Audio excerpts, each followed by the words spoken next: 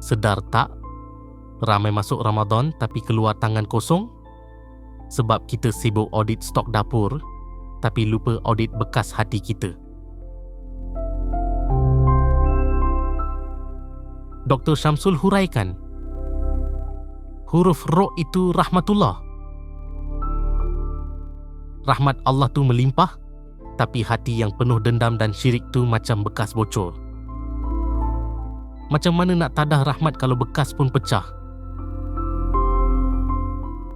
Solusinya, taubat. Bukan sekadar istighfar di lidah, tapi technical reset. Maafkan orang, buang ego. Dr. Syamsul kata, orang yang bertaubat itu kekasih Allah. Jadi, jom kita repair bekas kita hari ni.